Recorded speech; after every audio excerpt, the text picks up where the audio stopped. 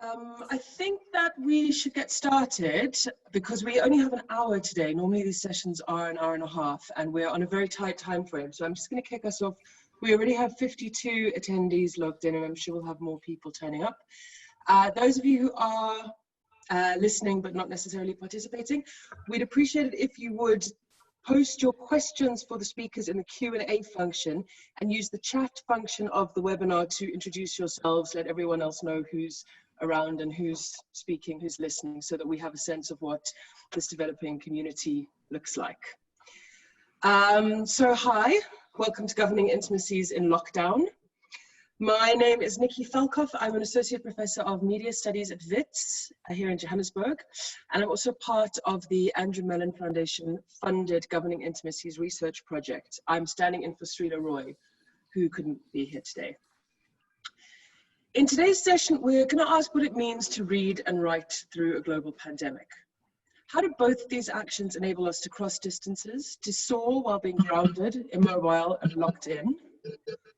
What does this mean for women in particular, given that women's stories are easily silenced and suppressed, and of course that women are far more embroiled than men in a whole new world of COVID-related care work? So, while the session is called Women Writing, which is following up on an earlier one that we had called Writing Women, we will actually be talking about a lot more than just that. We're going to have a session that reflects the concerns of our two speakers, whose contributions cross over many conventional boundaries and speak to multiple audiences through commentary, journalism, academic writing, curatorship, activism. Both of these women have been thinking about what the pandemic means for a range of different things, both as readers and as writers. So to briefly introduce them, Sarah Nuttall is Professor of Literary and Cultural Studies and the Director of WISER at WITS University here in Johannesburg, the WITS Institute for Social and Economic Research, which Sarah has been running for 8 years. It's one of the largest and most established humanities institutes in the Global South. She's the author of Entanglement, Literary and Cultural Reflections on Postapartheid, among many other books, and co-editor of numerous books as well, including Johannesburg, the Elusive Metropolis. As well as her position at WITS, she's been involved in various fellowships and positions in significant universities around the world, including an Oppenheimer Fellowship at Harvard University in 2016. Sisonke Msimang is the author of Always Another Country, a memoir of exile and home, and of The Resurrection of Winnie Mandela. She's written for a range of international publications, including the New York Times, the Washington Post, the Guardian, Newsweek, and Al Jazeera. She's held fellowships at Yale, the Aspen Institute, and WITS, including at WISER with Sarah. She currently serves as the head of storytelling at the Center for Stories and curates the Perth Writers Festival. It's particularly pleasing to be able to moderate this session, not only as a writer and reader, but also as an editor. I'm the co-editor of a forthcoming book called Anxious Joburg, which is due out with WITS Press next month. Sisonke wrote the foreword to this book, and Sarah wrote the afterword to that book. So it's a real pleasure to be able to speak to these two significant literary voices. The format will be as follows. Sarah will speak for 10 minutes. Sisonke will speak for 10 minutes. After that, there'll be an opportunity for them to respond to each other, and we'll then open for questions. 1 hour, so we'll try and keep it tight. I'd also like to introduce my colleague Nechama Brody, who is part of the Governing Intimacies project and is curating this webinar series along with Srila Roy. She will be taking questions from you today. And Sarah, if you'd like to begin. Yeah, I would like to begin. Thanks, Nikki. Thanks for that introduction. Thanks to Srila. I'm sorry Srila couldn't be here. You know, just for the opportunity of this online series to try and think about women and home and care and unhomeliness during a pandemic. And thank you to Sisonke for your writing. I've been, you know, I imagine when you're a writer as significant as you are, you sometimes forget that people are reading your work almost all the time somewhere. And I've been reading you carefully for a very long time. You know, it means a great deal to me. I also wanted to just mention your recent piece in The Guardian, which we talked about a little bit. You know, Sisonke wrote a piece on writing and living and paying attention, you know, in the times of Black Lives Matter. And Yeah, it really spoke to me, except that they called you an Australian writer instead of a South African writer. It will be fixed. A few months ago in heavy lockdown, and just a reminder that, you know, for quite some months, we, again, as I said to Sisonke earlier, we lived with lockdown, prohibition, curfew, and load shedding. On the other hand, Sisonke is currently locked down on a continent, so we'll talk about that later. But I was asked to participate in the online African chapter of a festival called Women on Aeroplanes, which is taken from the title of Ghanaian writer Kojo Lang's novel, actually. And that's about asking, you know, what makes it possible for certain stories, certain people's stories to prevail while others remain invisible. And I made a podcast in an online panel convened by Professor Isabel Hofmeyr called The Presence of Absent Books.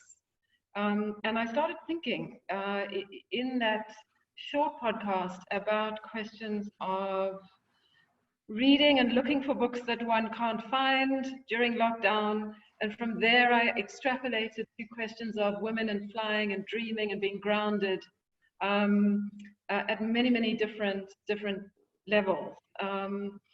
You know, and then as if instantiating the substance of the podcast itself, the recording happened to land on Sisonke's virtual doorstep, a world away, and we started talking about books and flying and women and dreaming, which is the basis for this discussion today. So I'd like to use my 9 minutes or so to draw out the themes of that initial podcast, and then to talk to Sisonke about it. And I want to start with an anecdote, which is that I have a friend who told me that in late June, after 3 months of stringent lockdown, I mean, that was the time when we were not able to leave our places of residence at all, not even for a walk, that she ordered several books she particularly wanted to read, and she was delighted to have had them delivered to her gate.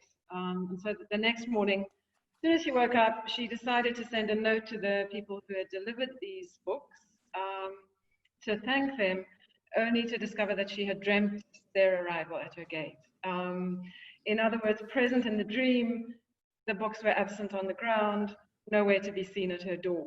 And I like that anecdote, and it's the launching pad really for my few comments today, because my friend was dreaming of books flying to her. And I think that lockdown only sharpens these quite long lines of thought in relation to women and reading and writing and flying. There's so much to say actually about women flying, and about flying as dreaming, or dreaming as reading, and reading as crossing distances. Women may fly, they may undertake, I guess, a navigational act in its multitude of forms, and often in their own heads. I think that's of great interest to me and for this discussion, to escape the things that oppress them, to try to be free of general burdens. So we could think of flying books, but we could also think of women as a book flying, women or men as books flying, in an act of freeing herself, actually, inspirited and gaining altitude. This is especially so in the case of books by women, and by those whose stories have been grounded or erased or suppressed. And yet it's absolutely clear, if you look at the history of women's writing and reading, that even when suppressed, these books and stories have retained an absent presence, which has ultimately allowed them to partake in what we could call the power of a dream.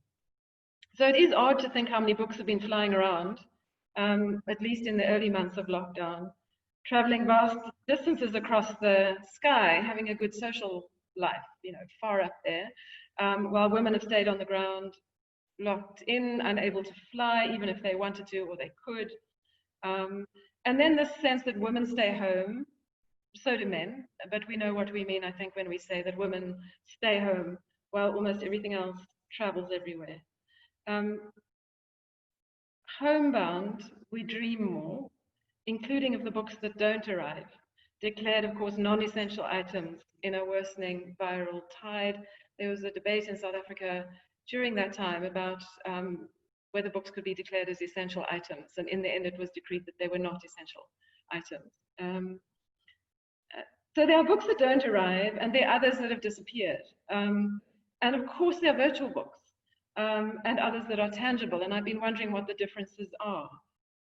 So virtual books can be read without being touched, except on a screen. Tangible books can be read without being held, by being held and touched. And I think that's a really important difference. The question of touch, of course, so much on our minds. So we want to fly books to ourselves if we can. Even when we can, with enough searching, find almost anything online. So I think that's a paradox we might talk about, Sisonke. And we search for real books that have become strangely absent. So I find myself searching persistently for my copy of Roxane Gay's memoir, Hunger. I wanted it so much that I kept returning to the pile where it had lived until it disappeared. And I wonder sometimes if my friend who dreamt of books arriving secretly has it. Said that she was afraid to read it for what it would reveal about herself. But I wondered if she slipped it into her bag on her final visit before pending lockdown. I wanted Hunger not because I hadn't read it, but because I had. Hunger is available on Amazon at $7.27. And if I had a Kindle, I could read it right now. But I don't. Why don't I get a hold of a copy of Hunger, you know, even if I can? And why couldn't I find it when you can find almost anything that you want? And it's at this point that I turn to Sisonke's memoir, Always Another Country, where she writes the following. I've written in the margins of every book I've ever loved, she says, adding, I write because I read. I wanted Hunger because I wanted to reread it, with the bits marked up that flew off the page at me before I even knew why, and write with it in mind.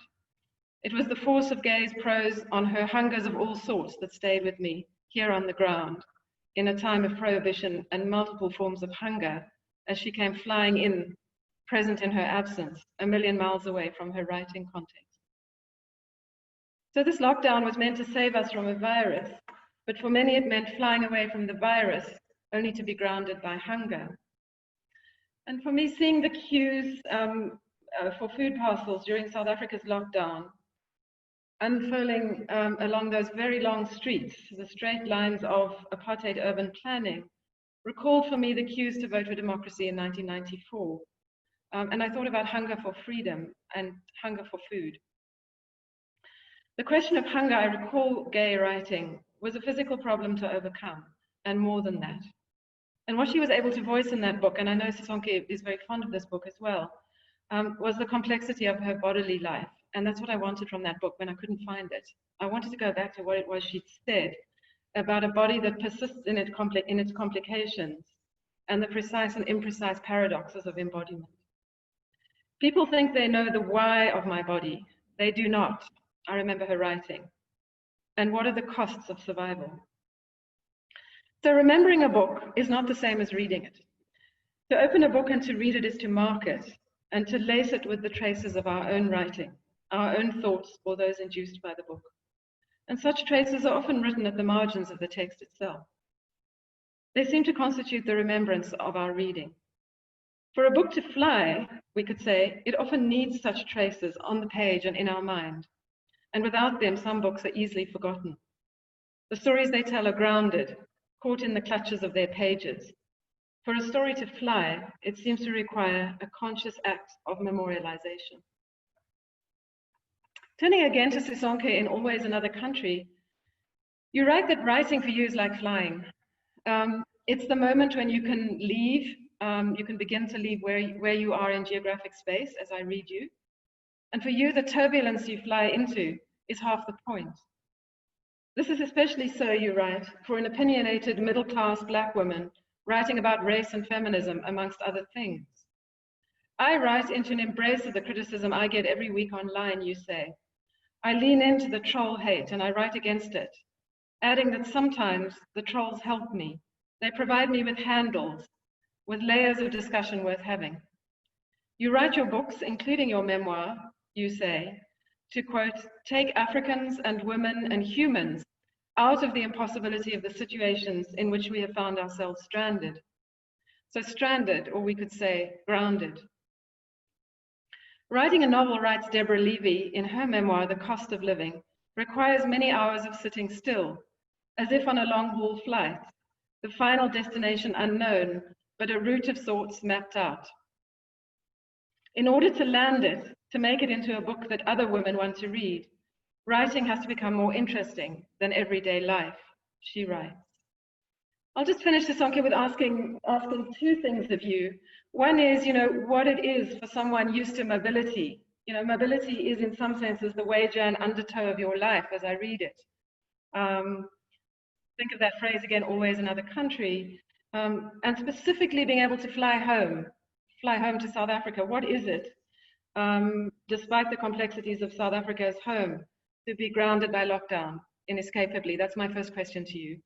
And the second one, and I'll end there, is that in a brief exchange before this session, we had an interesting moment of confusion.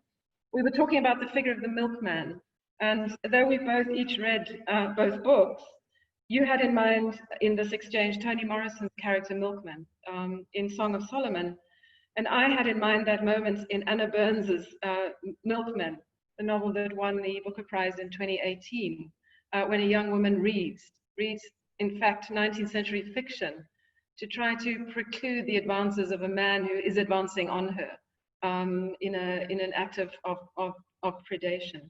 So we'll end there. I have more to say about Milkman, but over to you, Sisonke.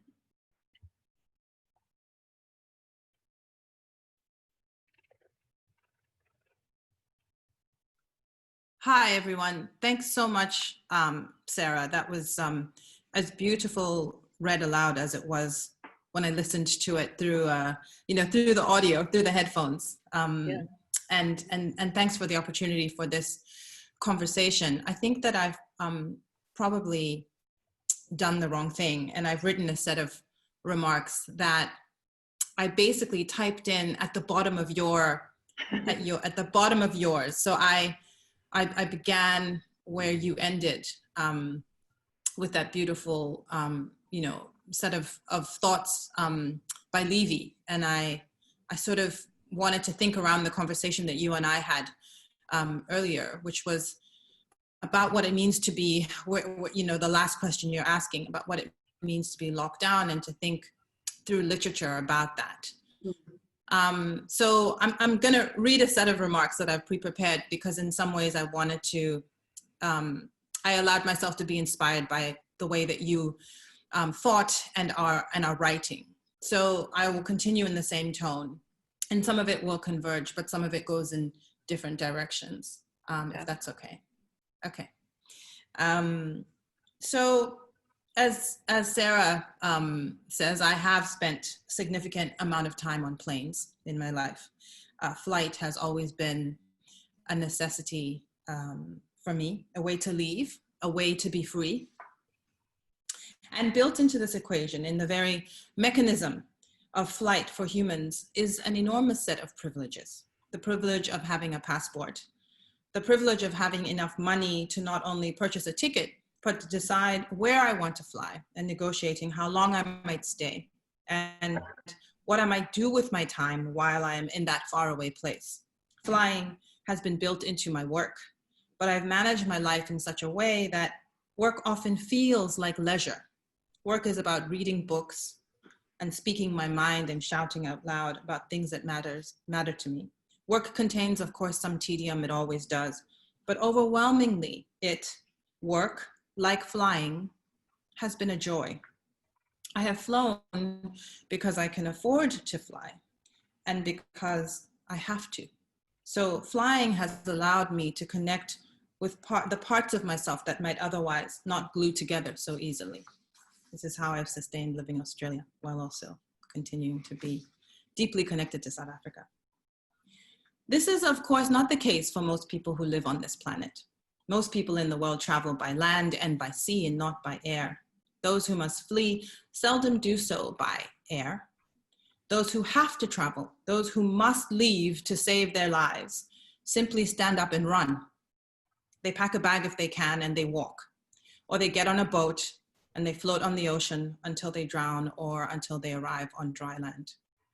Those of us who fly those of us who in lockdown miss flying as I do and remember flying as I do, it's been 9 months, have already been free to a degree that is unprecedented. 2 months ago, I was speaking to a young man who's written a book. He's from South Sudan, and he is one of the lost boys. He's a grown man now, no longer a boy, no longer lost.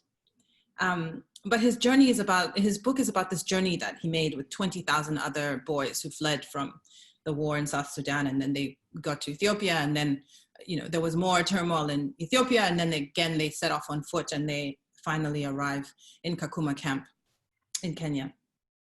And then they make their way here to Australia. So he and his family made it to Australia because they were chosen to get on a plane and fly here. Those who arrive in Australia, of course, by boat, are sent to Christmas Island and to Manus and Nauru. So that's not a legitimate mode of travel. But I was interested in how they got to fly. They got to fly because his father was a school teacher who led the Lost Boys. He was one of only a handful of adults who accompanied those boys across the desert. His father was educated, he had a master's degree, and he was well regarded in his community. And so he was born freer than many of those others. And so it was lucky, but not entirely coincidental, that this young man got to fly on a plane. And this connects to my own life path, of course. In some ways, the problem with writing a memoir is that you start to think about all the things that could have preceded that memoir, or all the things that came after that you might have written differently after you finished that last page. So I was born stateless because my father had left South Africa to join Mkhonto weSizwe. He was part of an African middle class, a group that had simultaneously been the beneficiaries and the survivors of colonialism. The Amakolwa community of Natal, right? And he was enrolled in Fort Hare precisely because that was where the African Christian elite went to be educated. His parents could read and write, and their parents before them could read and write. So his privilege was inherited, that it landed him at Fort Hare. And he passed that privilege down to me. So I am as much a product of this African imagination as I am of the forces of European violence. And so, of course, after he leaves South Africa in 1963 and he crosses the border into Botswana by foot, but then he gets on a plane and he flies to Russia. So he's amongst the first generation of Black South Africans to ever get on a plane and fly. And this act is enabled by the fact that he's descended from those elite. A Christianized Zulu, I note you, a Christianized Zulu whose 4 parents had encountered Europeans in a manner that was both transactional and strategic rather than spiritual, right? The stories that we know about Christianity are that somehow Africans got bamboozled. And we know that the Africans who encountered missionaries in many parts of our continent, but certainly in Natal in the 1800s, went there because they were escaping what?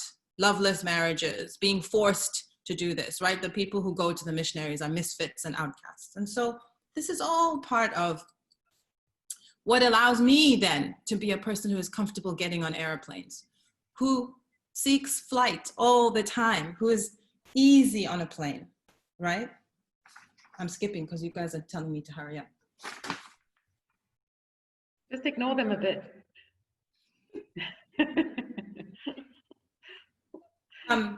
So my comfort with flying, the fact that I have flown my whole life, is a consequence of this history, right? So this doesn't mean that people who have been unable to fly have not dreamed of flight. And more importantly, it does not mean that people who cannot afford to fly cannot in fact fly, that they do not in fact fly. It means perhaps that those who cannot fly have no choice but to fly metaphorically. In reading Toni Morrison's Song of Solomon, again in the last few weeks, you know, the conversations you and I have had, Sarah, I have been reminded that long before the invention of airplanes, flight was only available. It was the only available option for Africans in the diaspora to those who were taken to the Caribbean and to the Americas. They flew without planes, right? These stories that we have of slave narratives, they could not imagine going back to Africa on ships. That would have been certain death. And so the legend of flight, the legends of slaves who craved freedom so much that they stood up and flew away, propelling their own bodies through the sky, grows out of this material reality. A slave with no freedom can only be free by physically flying, or imagining that she is flying, or telling another group of slaves that she saw people flying away. The telling of the story of flight is part of freedom.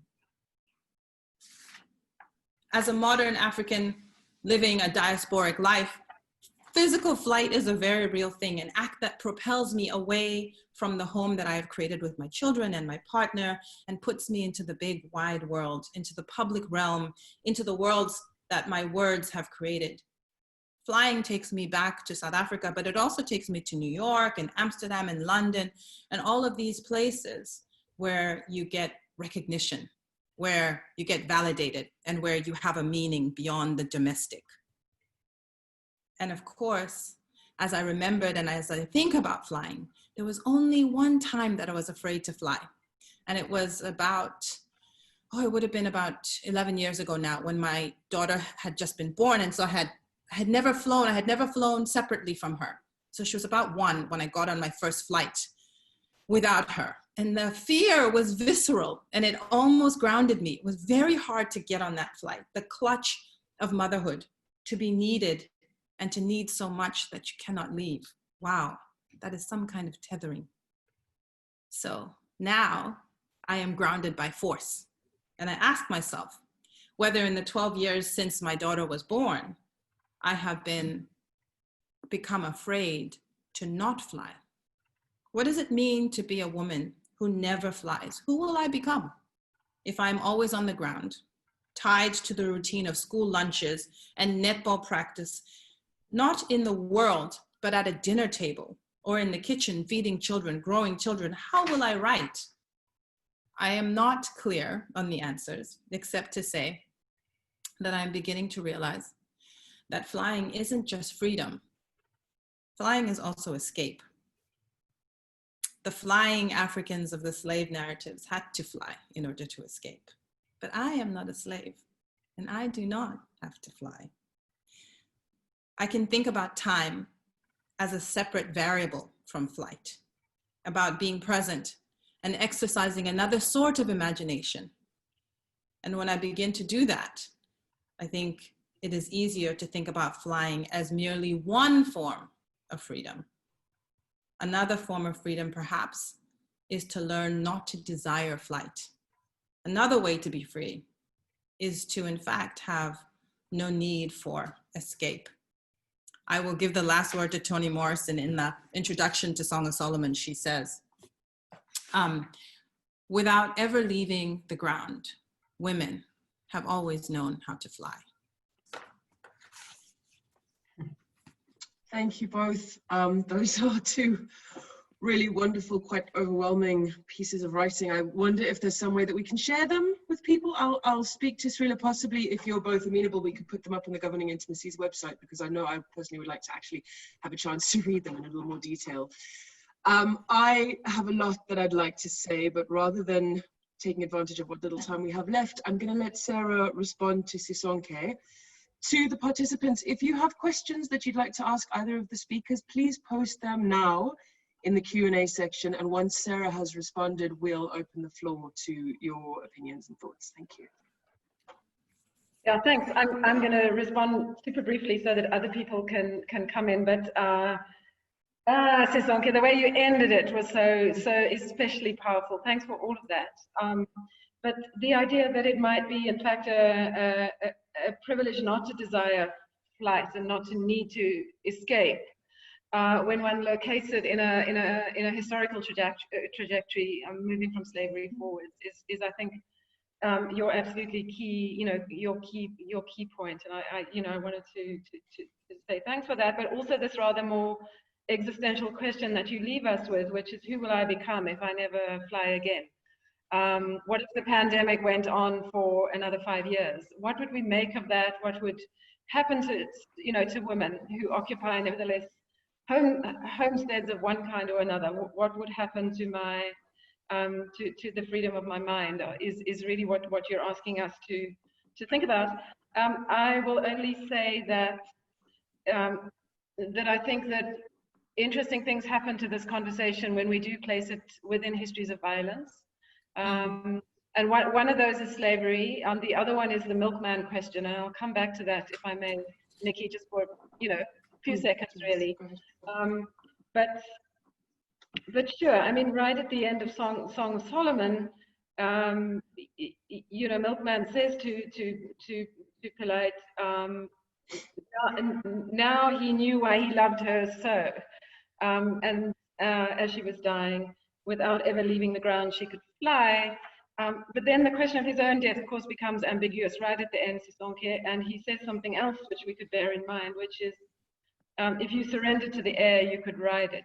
That's right. Just being reminded of Morrison's prose, in revisiting it for this discussion was so striking. What is it that one can do with surrendering to air, and how does one ride it? If I think about Anna Burns's Milkman, which I do think is one of the more brilliant novels of recent times, we can think about, as I was saying, this young 18-year-old woman who is walking down the road, which is not named as Belfast, Northern Ireland in the 70s, but clearly is, and speaks for many young 18-year-old women walking down the road and being curb crawled by a predatory man. She reads to try to literally parachute more than fly out of the grounded and the ominous and the predatory present. And so, just to say again, thanks for your remarks and how much bigger this project is becoming and how much even more pleasurable it could become as we draw together literary sources and try to think with this question of, being grounded and flying. And what we take with us from the pandemic back into a semblance of a life that we once knew. Yeah, thanks. Thanks, Sarah. I won't respond now about Milkman, Anna Burns's, but I will get to it. I'll weave it into if anyone has questions. Okay, shall we open this up to the floor? Yeah, so that's, I'm also just making notes here, and it's always so tempting to want to put your own question in there ahead of everybody else's because it's such a lovely conversation. Just a reminder to the audience, if you want to submit your questions using the Q&A function, that's the easiest way for us to manage it. So the first question to both Sarah and Sisonke, in fact, specifically to Sisonke, but maybe Sarah can follow on, was, the name isn't here, it just says AMG, was could you please elaborate a little bit about the relationship between fantasy and freedom and how to decolonize fantasy, if that makes sense? I think that that's a great question. And part of why it's great is because fantasy might just be the only thing that is already decolonized. Like, it feels that it a priori exists as a function that is pure desire, pure want, and perhaps our desires are colonized. But if there is a place within us that is most resistant to being colonized, I would imagine that it is the space of fantasy, because fantasy isn't just imagination. Fantasy is also pleasure.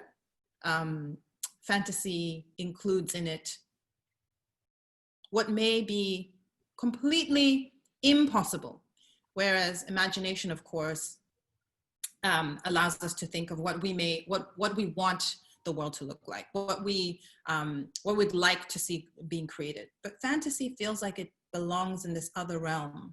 And so I wonder whether fantasy is in fact immune to colonization.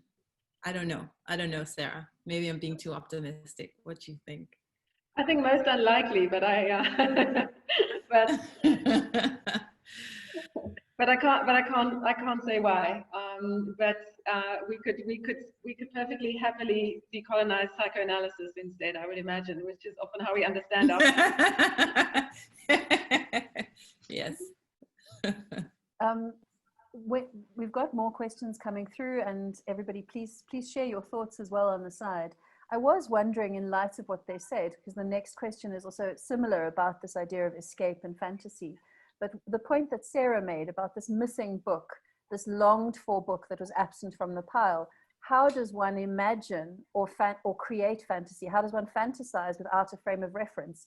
You know, so if you keep missing books, and I was also thinking about all these absent books and absent writings that may not be happening during lockdown, with women not being able to write and not being able to do that, is without these books, you know, what's our basis for fantasy, right?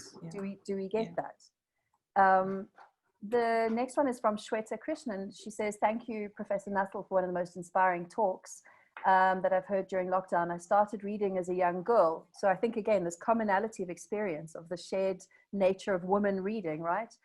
Reading and writing both in the margins and in notebooks, because I was upset about the way my mother was treated by her in-laws. Reading became for me a way of dreaming a future that was different from my mother's present. But then I left home and found I suddenly couldn't read or write.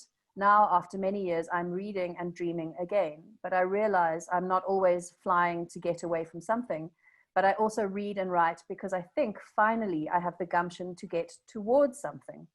My question is similar to what Sisonke Msimang asked about flying without escaping, but also not about not desiring flight. Can either of you perhaps speak about flying as a desire to move towards something, despite the fact that we as women of color are always entangled in oppressive cycles of power? Thank you again for such wonderful papers. Yeah. You know, I mean, that strikes me more as a comment, but I do think this question of flying not to get away from something opens flying to a different vocabulary, which is why I thought it was the most important point that Sisonke made. That I suppose. Well, let me ask Sisonke. In fact, what do you think if flying is not about escaping, right? If we separate the question of flying from the question of trying to escape from something that we want to get away from, I wonder what other vocabularies become available. I think that's one interesting question that we could ask. And the other observation from me is, you know, to do with the kind of sustenance that women take from reading, even in very situations of great violence and personal turmoil. And so we could reflect a little more fully perhaps on what it is that this pandemic might have done to us as readers. But I wanted to recall my PhD thesis, which I haven't thought about for a very long time. But what I did was I interviewed women in South African townships and some suburban women about what it was that they were reading during times of great violence.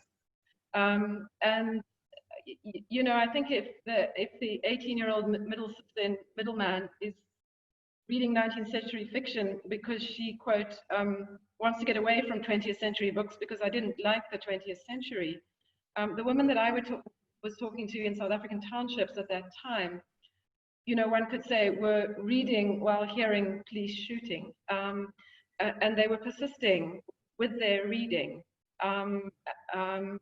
in order to try to stabilize themselves from the kind of violence that was going on around them. And so, you know, one can imagine this question of reading, you know, in relation to situations of domestic violence, which we know have been enormous during this pandemic.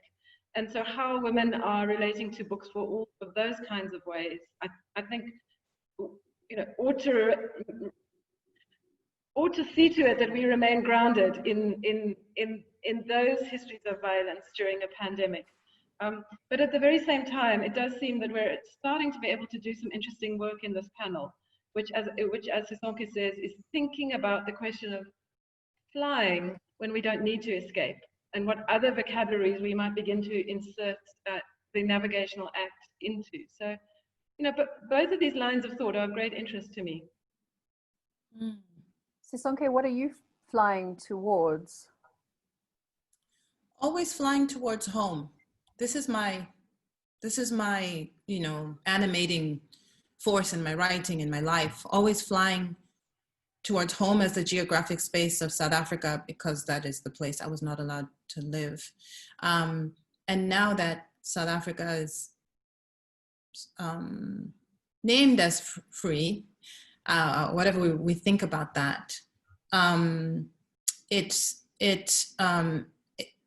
the flying is about intimacy. It is about trying to be in a place where there is a project unfolding that is a political project, a social project that will always animate and define me. So that's what flying is about. And the cost of that is that it presumes that that project belongs in the physical space called South Africa. And it presumes that the place that you are is not the place that you fight, that your freedom is tied to people who are elsewhere. And that was a function of exile. You know, you are conditioned when you live somewhere else to think that your freedom exists in a very physical space. And of course, what reading teaches you is quite the opposite, right? That the act of reading is an act of imagining yourself free. And so it cannot be that that freedom only resides in a particular geographic place. So there is a fundamental contradiction there, that freedom is about what we imagine ourselves to be. Freedom is about our imaginations, both where they take us, but what they make us. And at the same time, for me, the physicality of getting on a plane, this is why I talk about flying as a material act, has been about geographically locating me in the place where I imagine freedom matters the most. So I think what this moment is calling me to think about is how am I connected? How am I present in the place where I physically am? What are those relationships? What do they mean? And I think that's a really important question for South Africans. I think that's an important question for anyone sitting at Wits in an anxious Johannesburg, where the physical space that you sit in is not necessarily where the people are whom you believe ought to be most free. People sitting at Wits are as free as me sitting here in Australia in many ways, right? So I think that this whole question of freedom calls us to think really a lot about the physical, material, versus, in fact, the imaginary. Yeah. Linking to that notion of sort of this materiality of freedom is a question that says for Sisonke, but I think maybe we can discuss this more broadly at an environmental context. We sit in the middle of a second crisis in parallel to, and with a longer history than the current pandemic. The person doesn't give their name, but they ask, how do you relate the privilege of flight on planes with environmental pollution? And if we can, I think it's, it's still an important consideration to discuss. So I don't know if you want to respond to that. Yeah. And maybe we can broaden the discussion then back to Sarah. Yeah, I think it's such a fundamental question. I feel much more easy about not flying precisely because of that reason.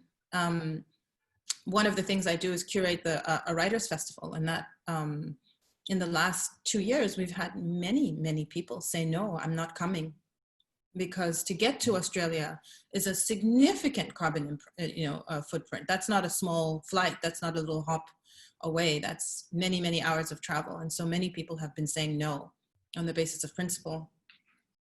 And so, of course, I think that the ability to hop on and off a plane is not just a privilege in terms of an economic sense, but for me, it's certainly been a privilege that comes at a cost. This is why that question of what are the costs, what is the cost of our freedom is really, really important. And for me, the cost of feeling at home and feeling as though I belong somewhere in the world has been the requirement for me to go home, but it has an environmental cost. There is absolutely no question. This is the life. We make all these kinds of trade-offs. And so that is also part of what I ask myself when I think, so if I changed the way I think about getting on a plane because there is a need to do that now, what does that mean for my sense of place, and what does that mean for my children's sense of identity, and what I had imagined I wanted my children, where I had imagined I wanted them to continue to belong despite the fact that we live here? Very important question. Very, very important long-term question. Absolutely. Sarah, I was also thinking, if you wouldn't mind talking about this issue just generally, but even the phrase you quoted from Toni Morrison, this ability of a woman to surrender to air so that you could ride it.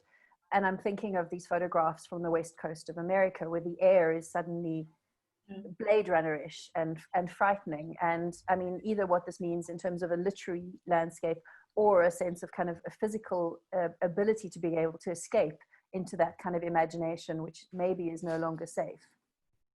Yeah, those are very, very interesting questions. I'm not sure I can answer them or fly with them in the way that I probably will think about in the next 10 minutes or so. But you know, in a bleak way of trying to think about that, perhaps I'll come back to the question of surrendering to air shortly. But I wanted to juxtapose, you know, Sisonke's challenge, which is what is it to have no need finally to escape? And how might we, you know, juxtapose that with something else, which is a rather complex aspect of freedom, which is the trauma of freedom itself. I think we sometimes underestimate the extent to which, particularly for people who have lived, who've experienced themselves to be living in confined histories for a very long time. It seems that one of the complex dimensions of trying to understand, you know, what getting lifted off might mean would be to carry with one the trauma of what freedom, the trauma of freedom itself, that, you know, what kind of pressures that puts on one in a certain kind of way as well. So I think that those things are significant. I do wonder what Zoom meetings like this and online book festivals ultimately become when they sort of straddle this need, the sense of having no need to escape with a compromised sense of freedom in a certain kind of way. So one of the things that we ought to do is to bring this conversation back to the pandemic, and what we do instead of flying is we talk to each other on Zoom, and we could perhaps think about what that does to the kind of conversation that we're having, that in 10 minutes or so, you know, the screen will go blank and we'll go back to whatever it is that we're doing in relation to our homes and our reading and our writing. So the question of air, you know, absolutely, the question of heat and the question of air and the question of pollution are probably inhabiting, you know, all of our discussions right now in ways that I can't quite see. Plus the question of, okay, let me stop there. Let me think about it a little bit. Thank you. I don't know how climate change fits into our conversation. It's resonating quite a lot. That just the phrase that you used, this idea of this compromised sense of freedom, was quite affecting, actually. Yeah. Because and the trauma of freedom itself. Yeah. You feel that.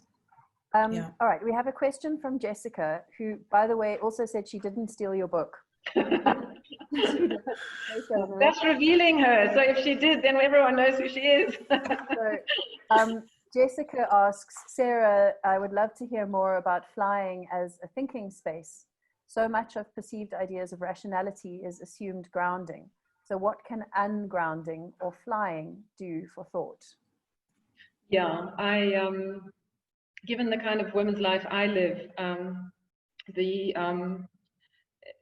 you know, the moment when I climb the stairs to a plane, and one could think a metaphorical plane as well for sure, is the space which belongs to me, with no admin and no attachments, and nobody knows where I am, right? And it's almost inevitable that I take out my paper and my pen and I write stuff, or I do some really good thinking, or I read particularly closely and carefully something that I need to prepare for when it is that I am next on the ground. And so I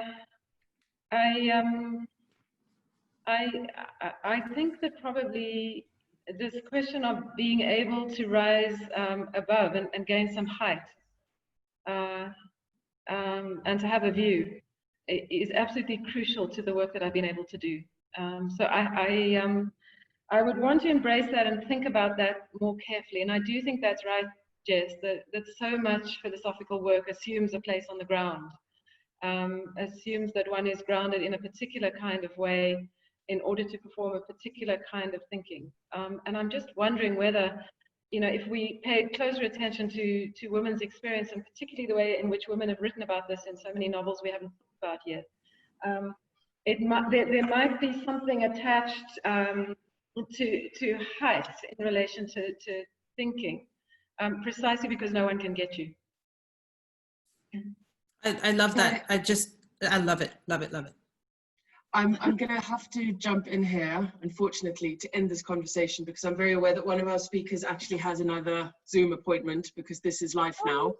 Which has been pushed. Yes, we've got 5 minutes, and it's been pushed back by half an hour. So I'm actually, okay. I'm sure that they're going to end the Zoom webinar or whatever, but yes, I have a bit more. Are you okay to carry on for a few more minutes? Yeah. Five. Let's use our full, okay, because we've got 2 more questions, and I'd really love to take both of them. So the second last one is a follow-up with Sisonke on fantasy and imagination being immune to colonization. And the person asks, to what extent can we make this claim when we still see people from Africa and other places seeing their idea of flight or escape is an escape to Europe or an American dream? So I'll ask that, and then there's one last question that is for both of you after that. Okay. I think Africans leaving to go to Europe or to America is a material reality that's not driven by fantastical ideas, but is in fact driven by an economic reality. And I think there's a difference between an economic reality about where we may need to escape to versus what we wish were the case. And so I think if we were only operating in the realm of fantasy, I imagine that many of us who leave don't want to leave, and that the fantasy would be that we not have to leave. The fantasy would be about the nature of the life that we live as we stay. So I think that that's just how I would respond to that. I just wanted to quickly make a point in relation to Sarah's, idea that when you get on a plane and nobody knows who I am, and that's where you start to write, and nobody knows not just where I am, but what I'm doing. I think that's a really important thing. And it reminds me of this wonderful conversation that I had with Zadie Smith. And one of the things she said about books is that the reason why, and I was interested because you talked about not having a Kindle. And she said, with all the stuff with social media, she said, the one thing is that with a book, nobody knows where your eyeballs are. Nobody has any idea. No one's scanning, nobody knows actually what you're doing when you read. Women reading, anyone reading, you're looking in that book and no one knows what page you are and what line you're reading and what that connection is to the page. And I find that such a powerful and kind of enduring idea. So I wanted to just, throw that in the mix. I love that. And also it's simultaneously terrifying to recognize inherently that everything we do is being scanned and captured. And what is dreaming and fantasy without freedom? Because if you're doing it digitally, you are always being surveilled to some extent. Yeah. It's a radical thought, actually. The last question for both of you is from Soni, and it's a bit of a comment and a question. Thank you both for such inspiring conversations. It says, not a well-formulated question, but I loved how Sisonke phrased always flying towards a home. I was wondering if both of you can comment a little on the sense of belonging or feeling at home in light of this grounding versus flying issue. And they ask, we often view belonging as essentially putting roots or grounding oneself, but can belonging be perceived by flying or dreaming? And I mean, perhaps maybe can belonging be perceived by books if we wanted to understand that books are actually dreams and flights in themselves? So we've spoken about flight and moving away, but what is home? And that, what is that sense of belonging now? So maybe either of you can start, and this will be the last question that we'll take. So you can take as long as you both feel comfortable with to answer. Well, I'll speak briefly, and then I think it would be great for Sarah to have the last word, because I like the way she wraps up. So for me, this is, again, to just go back to Anna Burns and to Milkman, one of the things about reading in that book is that it is absolutely about finding a home that is safe, about escaping the 20th century and being safe somewhere, because there is this pervasive, constant feeling of being surveyed by this man. And it's a real feeling, of course, of being stalked, but also you know, one of the things that I find really interesting about Anna Burns is that she herself is stalked by pain. You know, she's had this incredible, that's, you know, you don't see her speaking a lot in public because she has been trying to manage chronic pain for many, many years. And I find that such an, when I discovered that, I thought, how interesting, because that sense of being stalked by violence, which pain is a form of, is so pervasive in that book. And so, yeah, so I think about flight and writing and dreaming, of course, as an attempt to find a home. And that is precisely why I think, in the absence of being able to do it physically now, I'm really more and more intrigued and interested in how to not need it. It is very important for me to be able to function as a writer and as a human without needing to physically fly, and importantly, without needing at an emotional level to leave in order to imagine. You know, that's, so I don't have an answer to that, but I am very aware that often the way to become more public, to become a better writer, to become whatever it is that I aspire to be, requires me to leave the present that I am in, with particularly with regard to the domestic.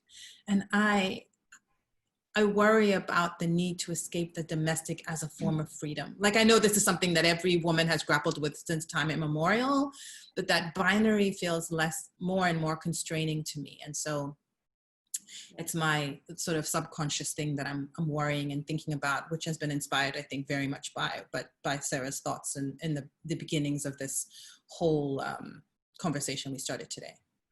Yeah, I mean, I think I share that. I think that part of what you're saying, and it's part of what you say in the Guardian piece, is this question of paying attention to words and paying attention to writing, but also paying attention to the world.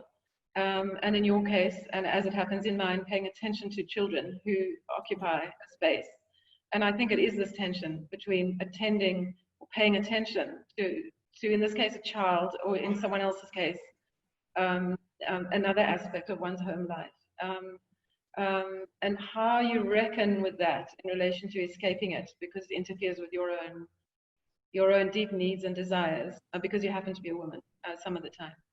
So it is this question of how we pay better attention and how we distribute our attention, perhaps more equitably, and find ways through that to write what we want to write. I mean, I didn't think that you were going to say what you've said in the end, in the sense that you're saying that I'm learning not to need flight. I suppose I've known you so long as someone who needs to get to South Africa. I myself am speaking from South Africa. I want you to need South Africa. I want you to come and be advised as a writing fellow. It wasn't what I expected, but I fundamentally understand what you're saying, because it actually is something about the quality of one's attention where one is, to some extent. I mean, in some ways we should give Lady Smith the last word for saying, you know, nobody knows where my eyeballs are. I really like that very much, and that's why we read, because nobody can scan my eyeballs quite yet, perhaps. I think that this question of, well, I've noticed that what I'm doing during the pandemic, and something that I wish to hold on to, and I doubt I will, is that I'm reading better because I'm driving less. One of the rough things about my life is I drive a lot on top of my job and everything else. I drive for almost 2 hours a day. I've cut that out until recently. I'm reading better because of it. I'm turning to novels more fully. I think that there's something quite profound in being able to speak to each other on a screen, because living in a city like this, at least, not the case in Perth, I would imagine, in order to get to a seminar to have a good conversation, one is often having to navigate the anxious city and a whole series of infrastructural obstacles in order to put oneself in the place to have the conversation one wants to have. And so I have more time. I have probably 2 more hours in my day. I'm able to read and write better. So there is something about the process of being grounded, and I recognize that this is class-based and it cannot be extended, you know, to this general category of women, which we probably are on the verge of doing away with, I would think. But assembling a home that is closer to what I want is on my mind, rather than a home that I necessarily have or had in place. It might be to do with paying better attention, which is after all what reading closely, I think, you know, teaches you to do. But yeah, in the end, you know, I agree that surrendering to the air is full of possibilities. And that speaks to, I would say, a process of a position of great crisis in the world right now, which has to do precisely with the nature of the air, and the air becoming not transparent or translucent, but full of smoke. But I think that in the end, that's a metaphor for what it is that we're trying to see about the world right now, and how we're going to, you know, surrender to the air and find the atmosphere to do the writing that we need to do. I don't know about you, Sisonke, you know, you have a number of books behind you. I mean, I suppose I do, but the great, you know, the great fear that one never quite gets rid of is, what if I don't write what I want to write? And in place. So surrendering to the air seems a good way to go. You know, thanks very much. Thank you both, and thank you for letting us go a bit over time. That was an incredibly generative conversation. You've covered so much ground. You've given me so much to think about in terms of, you know, my own kind of process of endless anxiety about reading enough, not reading too much, reading badly, reading well, reading through a crisis, reading despite a crisis, reading because of a crisis. You know, and I think, you know, Sarah, you started off talking about lines of hunger, and you sort of finished off talking about that as well. And it's really significant when we think about what it means to be female at a time like this, and to be writing and to be reading at a time like this, and to keep in mind the fact that it is very difficult to read when you're hungry, even if you have books. You know, you've covered so much, you've given me so much to think about in terms of exile and home, of course, because Sisonke, that is ground that you cover a lot, but the fact that we are also stuck right now, and the way that that stuckness means freedom to some of us in ways that we haven't quite imagined. I'm going to stop there because we are out of time, but I just want to thank you both for 2 such really, really rich presentations, and to thank Nechama and Kayo and Srila and the Governing Intimacies project for putting together this fantastic series of webinars. Please keep an eye on their website and on their Twitter feed, which I think is @GoverningI. I'm going to try and speak to both the speakers, and if they're willing, we'll get the pieces that they originally presented, and we'll put them up so people can read them and reread them, which I think will be necessary. And thank you all very much for joining us. Thanks. Thanks, everyone. Thanks, Sarah. Thank you. Pleasure. Thanks. Bye. Bye.